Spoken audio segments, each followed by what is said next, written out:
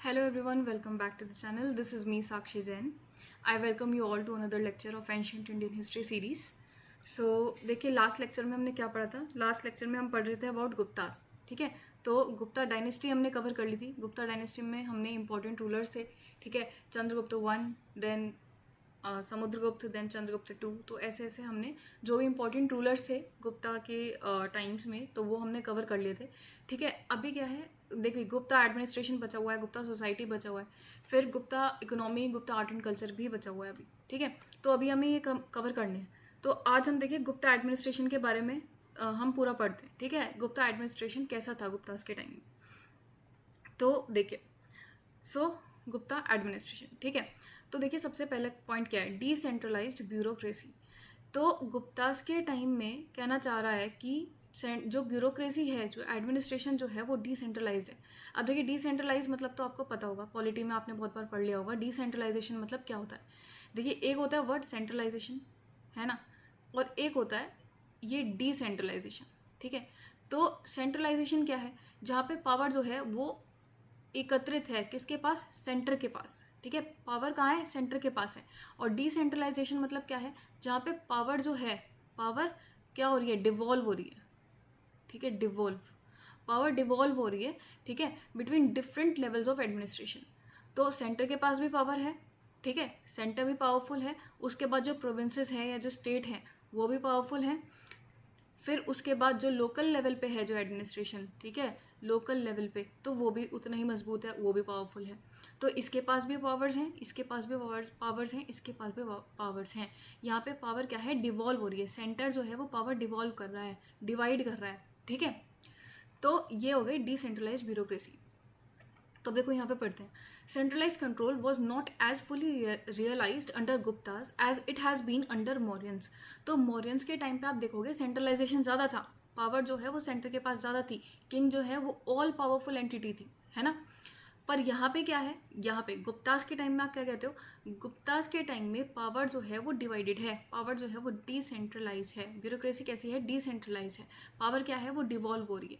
ठीक है, तो इसके मतलब इस यहाँ पे क्या है, इसका मतलब कि लोकल लेवल पे भी पावर है और प्रोविंसेस पे भी पावर है. ठीक है, अब देखो इसकी कहानी जो है, डिसेंट्रलाइजेशन की कहानी जो है वो कहाँ से शुरुआत होती है. डिसेंट्रलाइजेशन की कहानी जो है वो हम लैंड ग्रांट से देखते हैं. लैंड ग्रांट्स, लैंड ग्रांट्स कब शुरू हुए थे, सातवाहन टाइम पीरियड में. ठीक है, ये तो मैं आपको बता चुकी हूँ, सातवाहन्स ने लैंड ग्रांट शुरू करे थे. अब वो जो लैंड ग्रांट्स है वो प्रोलिफरेट हो गए, वो बढ़ गए किस टाइम पे, गुप्ता एडमिनिस्ट्रेशन के टाइम पे. ठीक है, गुप्तास के टाइम पे. ठीक है, तो जब गुप्तास रूल कर रहे थे तो लैंड ग्रांट्स जो हैं वो बढ़ गए. ठीक है, अब देखो लैंड ग्रांट्स, लैंड क्यों ग्रांट कर रहे हैं हम. ठीक है, जो किंग्स हैं वो लैंड क्यों दे रही है, लैंड एज अ सैलरी. देखो मैं बताती हूँ क्या होता था इस टाइम पे. जो गुप्ताज हैं, ठीक है, जो रूलर्स हैं वो ब्राह्मण्स को, ठीक है, ब्राह्मण्स को, मिलिट्री ऑफिशियल्स को, ठीक है, तो बड़े बड़े ऑफिशियल्स को, नोबल्स को क्या करती थी, वो लैंड देती थी. ठीक है, लैंड एज अ सैलरी. ठीक है, and as a donation, salary के रूप में भी, सैलरी के रूप में भी, एंड डोनेशन के रूप में भी. ठीक है, डोनेशन के रूप में भी.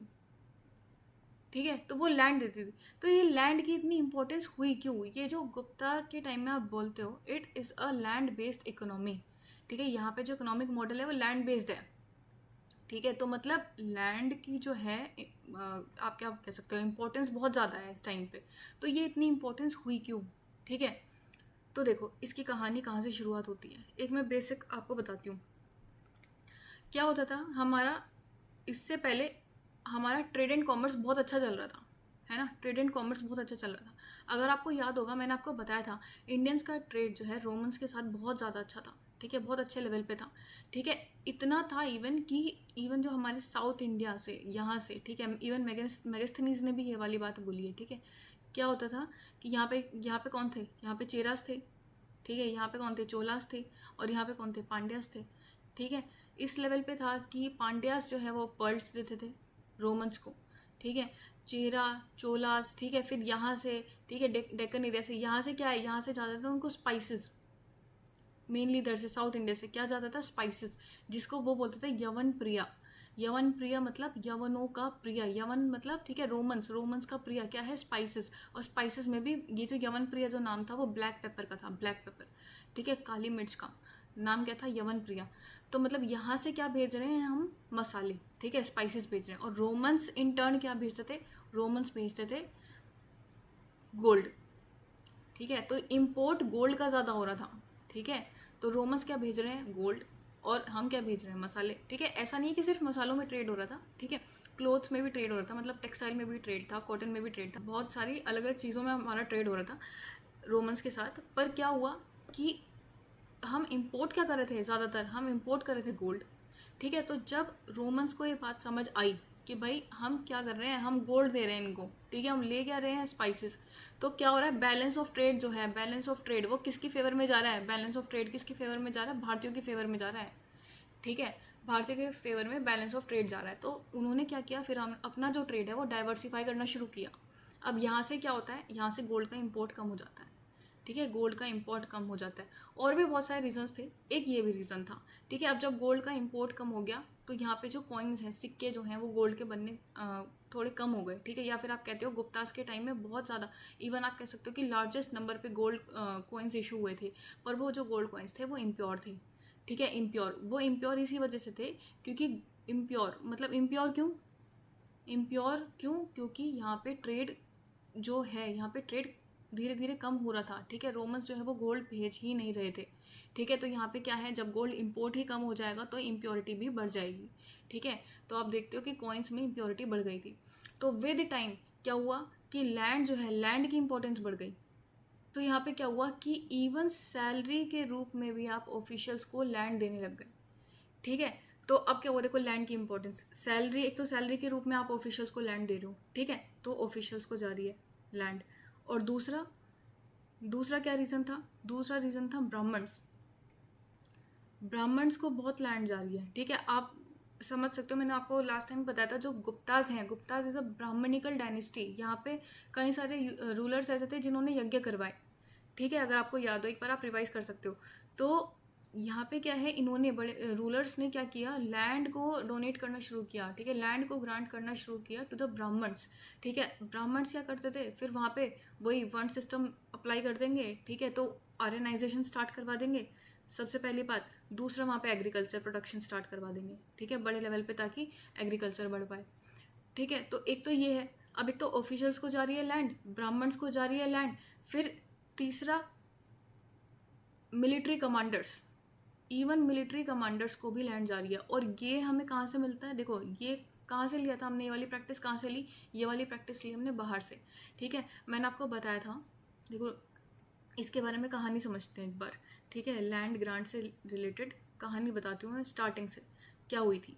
देखो मौर्यंस के टाइम पे क्या हुआ, मौर्यंस के टाइम पे कोई लैंड ग्रांट नहीं थी, पर क्या हुआ, शूद्रास को एग्रीकल्चर में इन्वॉल्व करना शुरू किया ठीक है, शूद्रास को एग्रीकल्चर में इन्वॉल्व करना शुरू किया।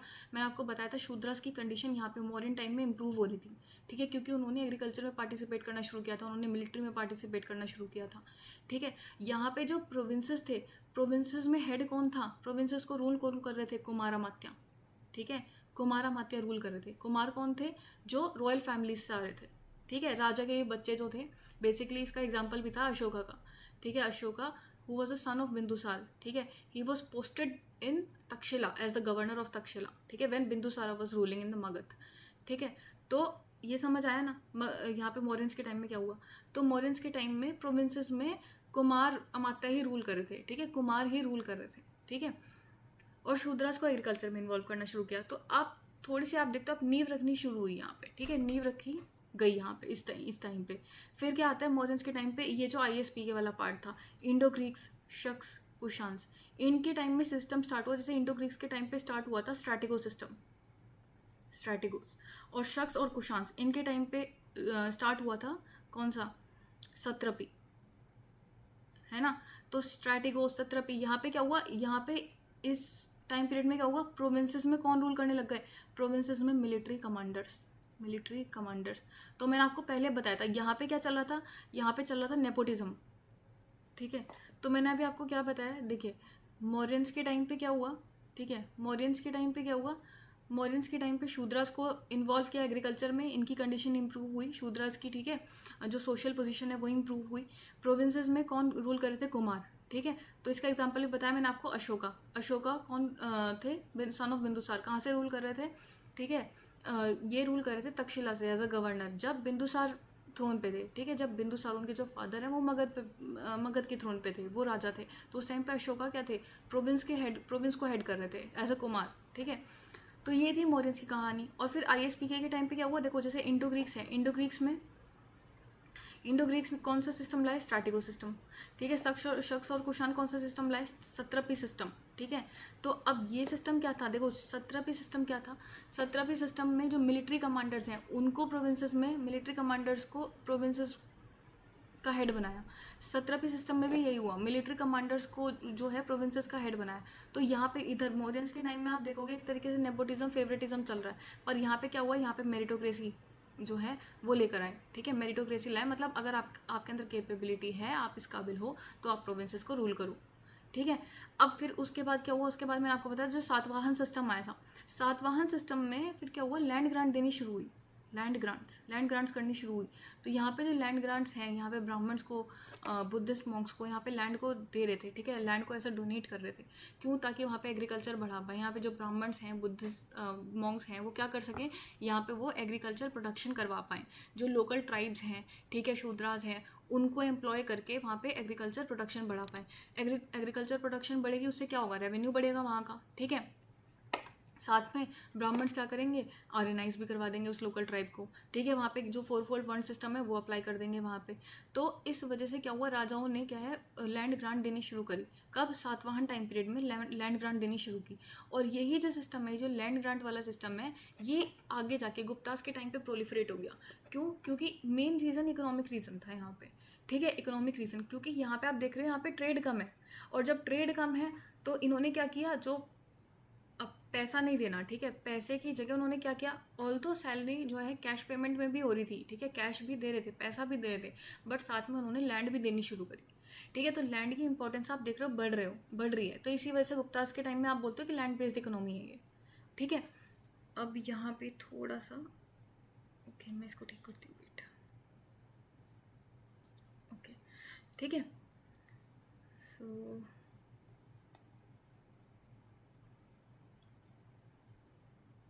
ये वाली बात आई ना समझ आपको?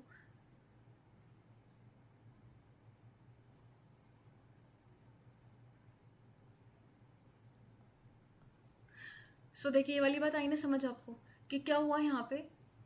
डिसेंट्रलाइजेशन हुआ, क्योंकि लैंड जो है वो लैंड देनी शुरू की, ठीक है। अब आप देखो, खुद समझो, अगर लैंड देनी शुरू करोगे। अच्छा, एक और चीज़, जो सातवाहन्स है, सातवाहन्स के टाइम पीरियड में क्या हुआ? देखो, सातवाहन्स के टाइम पीरियड में जब इन्होंने लैंड ग्रांट दी, ठीक है, लोगों को, तो यहाँ पे सिर्फ रेवेन्यू राइट्स दिए थे, revenue rights, only revenue rights were given, ठीक है।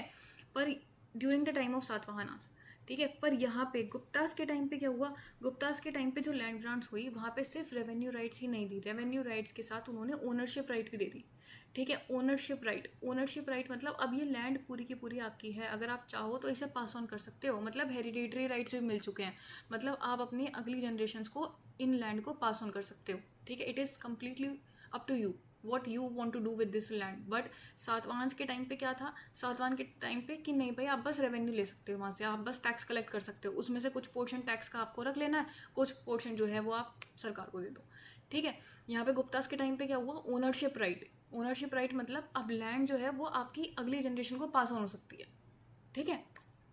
तो अब देखो, लैंड ग्रांट्स के बारे में थोड़ा और समझेंगे। अग्रहारा, देवाग्रहारा टाइप की लैंड्स थी, ठीक है। तो ये समझेंगे। अभी फ़िलहाल हम थोड़ा सा हमने ये जाना है कि लैंड क्यों इंपॉर्टेंट हुई। लैंड इंपॉर्टेंट मेनली इस वजह से हुई क्योंकि ट्रेड कम हो रहा था, बाहर से ट्रेड कम हो रहा है, ओनरशिप, सॉरी, बाहर से ट्रेड कम हो रहा है, तो क्या हुआ? गोल्ड इंपोर्ट कम हो रहा है, गोल्ड इंपोर्ट कम हुआ तो उससे क्या हुआ कि जो लैंड है वो धीरे धीरे करके वो इंपॉर्टेंट होती चली गई, ठीक है।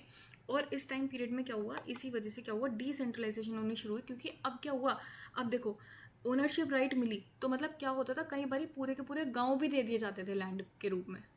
क्या होता था? कई बारी पूरे के पूरे गांव भी लैंड के रूप में डोनेट कर दिए जाते थे, ग्रांट कर दिए जाते थे, ठीक है, या एज अ सैलरी दे दी गई। तो अब क्या हुआ? देखो, जब पूरे गांव ही दे दी तो वहाँ के जो लोग हैं, ठीक है, अब वो किसकी बात सुनेंगे? ठीक है, उनके इमीडिएट ओनर की बात सुनेंगे, वो जिनकी लैंड पे है उनकी बात सुनेंगे। ठीक है, तो उनके ओनर कौन है? वो जो ब्राह्मण ब्राह्मण है, या फिर जो वो जो नोबल है, या फिर वो जो ऑफिशियल है, या जो मिलिट्री कमांडर है जिसको वो लैंड दी गई है, वो तो उनकी बात सुनेंगे ना। तो अब क्या हुआ? किंग और प्रजा, किंग और पीपल, लोगों के बीच में क्या हुआ? एक इंटरमीडियरी लेवल आ गया। किंग और लोगों के बीच में एक इंटरमीडियरी लेवल आ गया लैंड ग्रांट की वजह से। ठीक है, अब यहाँ पे जो इंटरमीडियरी लेवल है, ठीक है, यहाँ पे जो नया बंदा आया है, यहाँ पे इसको बोलेंगे फ्यूडल लॉर्ड। ठीक है, तो ये यूरोपियन सिस्टम होता था जैसे। ठीक है, किंग है, बीच में वेसल्स वगैरह हैं, और फिर पीपल है। ठीक है, तो इस तरीके से जो है ये फ्यूडलिज्म की शुरुआत आप देखते हो। ठीक है, कब आप ये देखते हो? मेनली प्रोलिफरेट होते हुए during the time of Guptas. ठीक है, ये समझ आया ना। तो डिसेंट्रलाइजेशन अब क्या हुआ? जब यहाँ पे अब फ्यूडल लॉर्ड के पास पावर तो है ही, मैंने आपको बता दिया, जब लैंड दी हुई है तो पावर तो है इनके पास। तो आप यहाँ पे देखते हो डिसेंट्रलाइजेशन, मतलब पावर अब सिर्फ किंग के पास नहीं रही, अब फ्यूडल लॉर्ड्स के पास भी पावर आ चुकी है। ठीक है, इवन लोकल लेवल पे भी पावर है। ऑल राइट, तो आप यहाँ पे देखते हो कि ये जो हेरिडिटरी ग्रांट्स दी गई, हेरिडिटरी ये जो लैंड ग्रांट्स है, ये हेरिडिटरी, यहाँ पे हेरिडिटरी राइट्स भी दिए गए थे। ये चीज़ समझ आई ना आपको? ठीक है, अब चलो नेक्स्ट पढ़ते हैं। तो डिसेंट्रलाइज ब्यूरोक्रेसी समझ आ गई कि किस तरीके से जो एडमिनिस्ट्रेशन है वो उसमें पावर जो है वो डिवॉल्व हो रही है। किंग के पास, सिर्फ किंग के पास पावर नहीं है, पावर जो है वो लोकल लेवल्स तक है। ठीक है, चलो अब नेक्स्ट हम पढ़ते हैं गुप्ता किंग्स के बारे में। किंग के पास कितनी पावर है? ठीक है, सो अगेन किंग के पास पावर है, क्योंकि आप ये देखो कि यहाँ पे क्या है, ये ब्राह्मणिकल डायनेस्टी ही मानो आप इसको, क्योंकि यहाँ पे जो राजा थे वो ब्राह्मणिकल ऑर्डर ही फॉलो कर रहे थे। और आप जो पैटर्न देखो, सबसे पहले जो ब्राह्मणिकल ऑर्डर का पूरा जो पैटर्न है वो कौन लिख के गए थे? वो लिख के गए थे चाणक्य। ठीक है, तो चाणक्य ने जो चीज़ें बता रखी थी, ठीक है, जिस तरीके से एडमिनिस्ट्रेशन होना चाहिए, वो कुछ हद तक जो भी ब्राह्मणिकल डायनेस्टीज आएंगी फर्दर, वो कुछ हद तक वही वाला पैटर्न लेके चलने वाली हैं। ठीक है, तो गुप्ता किंग्स ने भी ज़्यादातर वही लिया। तो यहाँ पे भी जैसे मौर्यन टाइम्स में बोलते थे ना हम कि किंग क्या है, किंग कौन है? किंग है धर्म प्रवर्तक, सेम वही है। ठीक है, जो गुप्ता किंग्स हैं उनके पास भी पावर है। ठीक है, दे आर ऑल्सो धर्म प्रवर्तक, अपहोल्डर ऑफ द ड्यूटीज। तो यहाँ पे आप देखो, उसका एग्जाम्पल देखोगे, they took exalted titles of Maharaja Adhiraja, Samrat, एक आदि राजा, फिर चक्रवर्ती। ठीक है, befitting their large empire and imperial status. तो इतने बड़े बड़े टाइटल्स लिए ताकि अपने वो जो इंपीरियल स्टेटस है उसको दिखा सकें। ठीक है, फिर they were assisted by council of ministers, मंत्री परिषद। ठीक है, अब उनकी जो मंत्री परिषद है, उनके जो मंत्री हैं उनके बारे में पढ़ेंगे। सबसे पहले हम पढ़ते हैं कुमार अमात्यास के बारे में। ठीक है, कुमार अमात्यास, चलो कुमार अमात्यास। सो दे फॉर्म्ड चीफ कार्डर for recruiting high officials under the Guptas. तो कुमार अमात्यास, ठीक है, ये एक तरीके से कार्डर है पूरा, जहाँ से आप बड़े बड़े जो ऑफिशियल्स हैं और बड़े बड़े ऑफिसर्स जो हैं उनको रिक्रूट करते हो। ठीक है, बड़े बड़े ऑफिसर्स कैसे? सेनापति, मंत्री। ठीक है, महादंड नायक, महादंड नायक कौन है? Minister of justice. अब याद रखना है, यहाँ से आ गए ऑफिशियल्स के नाम। महादंड नायक कौन है? Minister of justice. फिर संधि विग्रहिका, संधि विग्राहिका, तो ये कौन है? Minister of peace and war. देखो संधि, यहाँ पे संधि हो रही है। ठीक है, संधि हो रही है, ट्रीटी हो रही है। ठीक है, कौन करवाएंगे? Minister of peace and war. ठीक है, तो ये कहाँ से आ रही है? ऑफिशियल्स कहाँ से आ रहे हैं? इन कुमार अमात्यास से। ठीक है, तो संधि विग्रही के बारे में देखो, this first appears under Samudragupta. तो समुद्रगुप्ता के टाइम पे सबसे पहले ये ऑफिशियल आए। ठीक है, और ये जो ऑफिशियल थे, इनके जो हरिसेन थे, ठीक है, जो अमात्य थे, जो मिनिस्टर थे, हरिसेन, यही इसका जो पद है वो संभाल रहे थे, संधि विग्रही का। ठीक है, और कुछ इंपॉर्टेंट ऑफिशियल्स कौन है? देखो, Mahapratihari, he was the chief usher of royal palace. ठीक है, जो रॉयल पैलेस को संभाल रहे एक तरीके से। दंड पाशिका, जो पुलिस डिपार्टमेंट देख रहे हैं। फिर विनय स्थिति स्थापक, विनय, देखो विनय क्या हो गया? रिलीजन की बात हो गई कि ठीक है भाई विनय से रहो। ठीक है, तो chief officer of religious affairs. फिर महापिलुपति, पिलू, एलिफेंट कॉर्प्स। ठीक है, जो एलिफेंट आर्मी देख रहे हैं एक तरीके से। महाअश्वपति, अश्व जो कैवलरी को देखते हैं। ठीक है, घुड़सवार। तो अब यहाँ पे आप देखोगे, देखो डिसेंट, क्योंकि अब देखो लेसर ऑफिसर्स क्यों? क्योंकि डिसेंट्रलाइज्ड ब्यूरोक्रेसी है ना, तो पावर कहाँ है? पावर सिर्फ किंग के हाथ में नहीं है। देखो मौर्यंस के टाइम पे क्या होता था? मौर्यंस के टाइम पे पावर जो है वो सिर्फ राजा के पास थी। राजा के पास थी तो उसको खुद ही अपॉइंट करने पड़ेंगे इतने सारे ऑफिशियल्स कि लोकल लेवल तक भाई जाके देख के आए, है ना। तो लोकल लेवल तक के जो ऑफिशियल्स हैं वो जिम्मेदारी किसकी थी? उसको क्या बोलते हैं, रिक्रूट करने की, वो रिक्रूट करने की सारी जिम्मेदारी क्या है, अब वो राजा और उनके ऑफिशियल्स के पास ही है, ठीक है, उनकी जो इमीडिएट ऑफिशियल्स हैं, इंपॉर्टेंट ऑफिशियल्स हैं उनके पास। पर यहाँ पे क्या है, यहाँ पे पावर डिवॉल्व्ड है, लोकल लेवल जो है वो भी पावरफुल है, उसके ऊपर वाला जो डिस्ट्रिक्ट लेवल है वो भी पावरफुल है, जो प्रोविंशियल लेवल है वो भी पावरफुल है, ठीक है। तो अब क्या हो गया, यहाँ पे जो ऑफिसर्स हैं वो कम लगेंगे, ठीक है, मतलब सेंटर को कम रिक्रूट करने पड़ेंगे इन कंपेरिजन टू मोरियंस, क्योंकि मोरियंस जो है वो लोकल लेवल तक खुद संभाल रहा था। अब यहाँ पे क्या है, गुप्ता ने क्या है, डिसेंट्रलाइज कर दिया तो वो अपने लेवल पे खुद रिक्रूट करेंगे। तो इस वजह से आप देखोगे ऑफिसर्स जो हैं वो कम है। Participation of leading artisans, merchants, elders and others in rural and urban administration also lessen the need to maintain large number of officers. तो अब राजा को बहुत ज़्यादा ऑफिसर्स मेंटेन करने की ज़रूरत है ही नहीं, ठीक है। चलो अब एडमिनिस्ट्रेटिव यूनिट के बारे में देख लो, ठीक है। एडमिनिस्ट्रेटिव यूनिट में सबसे ऊपर देखो प्रोविंशियल लेवल कौन सा है, भुक्ति और भोग, ठीक है, इसको बोलेंगे प्रोविंस। इसको हेड करने वाला कौन है, उपारिका और भोगपति। ये बिल्कुल ये याद करना है, रटना है, ठीक है, ये बहुत बार आ चुके हैं। भुक्ति और भोग कौन से लेवल पे है, ठीक है, जो प्रोविंशियल लेवल पे है, ठीक है, इसको बोलेंगे भुक्ति और भोग। प्रोविंसेस को क्या बोलेंगे, भुक्ति और भोग, और इसको हेड करने वाला कौन है, उपारिका या भोगपति, ठीक है। विषय बहुत ईजी है, विषय, ठीक है, ये बहुत बार आ चुका है। अगर आप यहाँ पे ये वर्ड देखते हो विस, ठीक है, ये डिस्ट्रिक्ट से रिलेटेड है, ठीक है, ज़्यादातर मैक्सिमम टाइम्स में आप ये देखोगे ये जो वर्ड है डिस्ट्रिक्ट से रिलेट करेगा, ठीक है। तो विषय डिस्ट्रिक्ट, तो ये इसको हेड करने वाला कौन है, विषयपति और आयुक्ता। अब आयुक्ता याद रखना, आयुक्ता कौन से लेवल पे है, डिस्ट्रिक्ट लेवल पे है। फिर विठिका और नगर, तो यहाँ पे ये लेयर ऐड हो गई, ठीक है, नगर, विठिका और नगर, सिटी।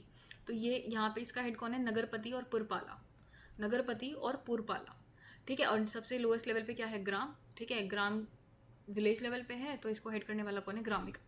अब इन सबके पास पावर है, देखो डिसेंट्रलाइजेशन मतलब ये इन सबके पास पावर है, रेवेन्यू राइट्स भी है, जुडिशियल पावर्स भी, ठीक है। चलो नेक्स्ट पोरा। अब पोरा क्या है, council that headed the administration of the city, ठीक है। तो सिटी एडमिनिस्ट्रेशन को हेड करने वाली जो काउंसिल है उस पूरी काउंसिल को पोरा बोलेंगे। और पोरा में कुछ ऑफिशियल्स हैं, जैसे president of the city corporation है, एक प्रेसिडेंट रहेगा। फिर जो chief representative of guild of merchants का जो गिल्ड है उसको रिप्रेजेंट करने के लिए भी, ठीक है, एक ऑफिशियल रहेगा।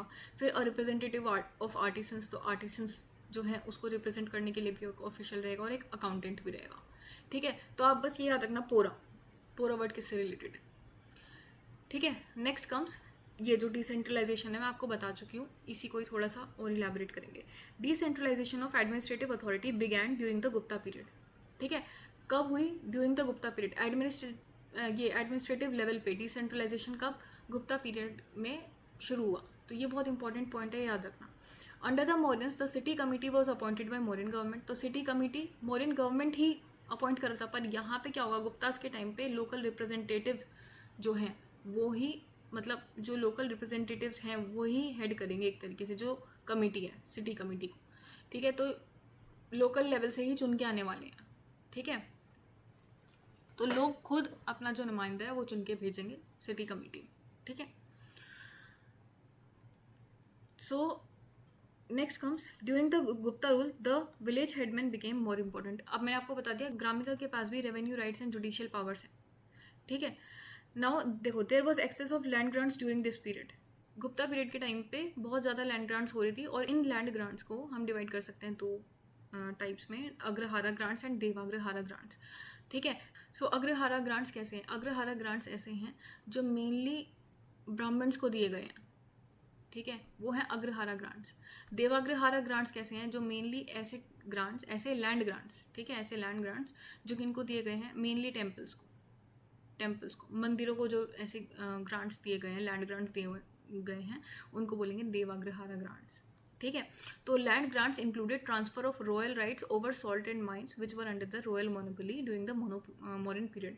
अब मोरियन पीरियड के टाइम पे सॉल्ट और माइंस का जो राइट है वो किसके पास है, मोरियन टाइम्स में राजा जो था उसी के पास ये राइट था, ठीक है।